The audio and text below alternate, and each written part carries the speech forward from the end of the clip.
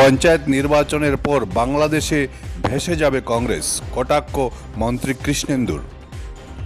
পঞ্চায়েত নির্বাচনের ফলাফলের পর ব্রহ্মপুত্র এবং বরাকে ভেসে বাংলাদেশে চলে যাবে কংগ্রেস। কাঠিগড়ায় দলের নির্বাচনী প্রচারে এসে এমন কটাক্ষ করেন মন্ত্রী কৃষ্ণেন্দু পাল। মন্ত্রী বলেন, বিশেষ কিছু জায়গা ছাড়া কংগ্রেসের ভোট নেই, বিজেপির ভোট সব জায়গায় রয়েছে। কাছাড়ে বিজেপি অভূতপূর্ব ফলাফল করবে বলে কৃষ্ণেন্দু দাবি করেন।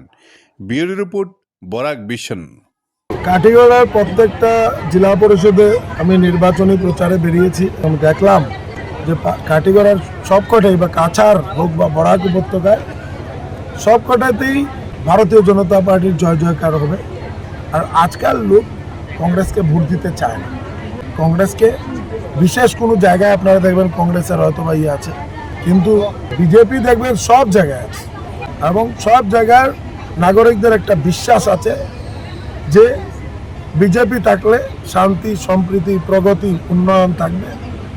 এবং আমাদের মাননীয় মুখ্যমন্ত্রী ডক্টর হিমন্ত বিশ্ব শর্মা মহাশয় যেভাবে আসামকে এগিয়ে নিয়ে যাওয়ার জন্য যেভাবে অক্লান্ত পরিশ্রম করছেন, যে আসামের সব দিকে যাতে সম উন্নয়ন হয়, বরাক ব্রহ্মপুত্র সবার যাতে সম উন্নয়ন হয়, প্রত্যেকজন নাগরিক যাতে সুরক্ষিত থাকে, তার জন্য মাননীয় মুখ্যমন্ত্রী কাজ করে যাচ্ছে।